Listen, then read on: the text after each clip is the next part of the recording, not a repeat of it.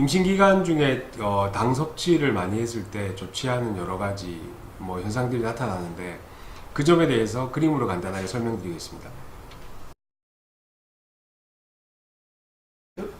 산모분들이 임신 기간 중에 단 음식이 굉장히 많이 땡기시거든요. 이제 산모분들이 이제 단 음식, 설탕이 많이 들어간 음식이 확 땡기는 이유가 이유는 뱃속에 아기 때문이죠. 왜 아기가 뱃속에 들어오면 그때부터 잘 안 먹던 그런 단 음식들이 많이 땡기느냐.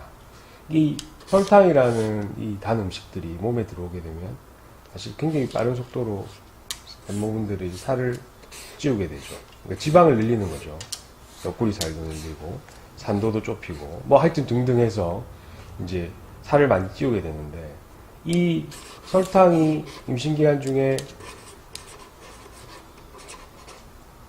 이 지방으로 바뀌는 속도는 평상시 임신 이전의 속도랑 엄청난 차이가 있습니다. 그래서 물만 먹어도 살찐다 이렇게 보통들 이야기 하시는데, 특히 임신기간 중에 설탕이 많이 들어간 음식을 먹게 되면 이제 살이 갑자기 찌게 되고, 이 찐 살들은 언제 사용되느냐.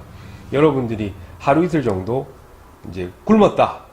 그렇게 됐을 경우에 이제 요 지방을 녹여서, 왜냐하면 아기는 굶길 수가 없으니까 아기한테 이렇게 요 녹인 지방을 영양소로 공급을 하게 됩니다.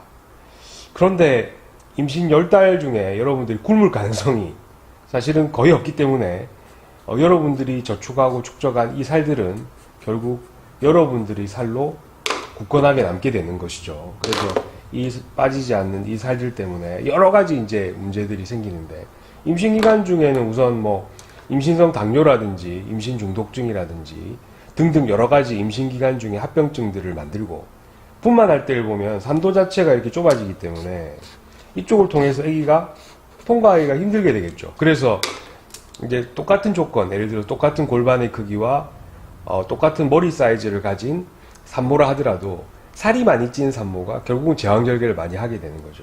그래서 임신 출산 때 그런 여러 가지 문제를 만들고, 아기 놓고 난 다음에 쉽게 살이 빠지느냐. 사실은 한번 몸에 자리 잡은 살들은 절대 빠져나가지가 않습니다. 그래서 어느 정도까지는 빠지지만은 항상 많이 찐 살들 중에 일부는 몸에 남아서 결국은 자기와 더불어 평생을 이렇게 갈 수가 있습니다. 그래서 가장 좋은 체중 조절 방법은 임신 기간 중에 얼마나 살을 작게 찌우느냐가 사실은 체중 조절의 성공의 요인이죠. 그러면은 설탕이 들어간 음식은 어떤 음식이 있을까요? 여러분들 과일 먹으면 안 찐다고 생각하시는데, 과일 안에 든 설탕은 단당류입니다. 이 단당류는 다당류와는 다르게 소화 흡수될 필요 없이 바로 지방으로 넘어갑니다. 굉장히 빠른 속도로 넘어가죠.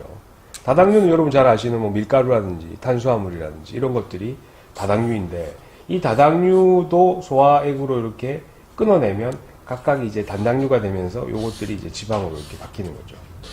그래서 여러분 잘 드시는 과일, 밀가루, 면 종류, 빵, 그 다음에 식후에 먹는 디저트, 탄산음료, 그 다음에 야식, 외식 이런 것들이 대부분 다 엄청난 설탕을 포함하고 있고, 이것들이 임신기간 중에 여러분들 살을 책임지게 됩니다.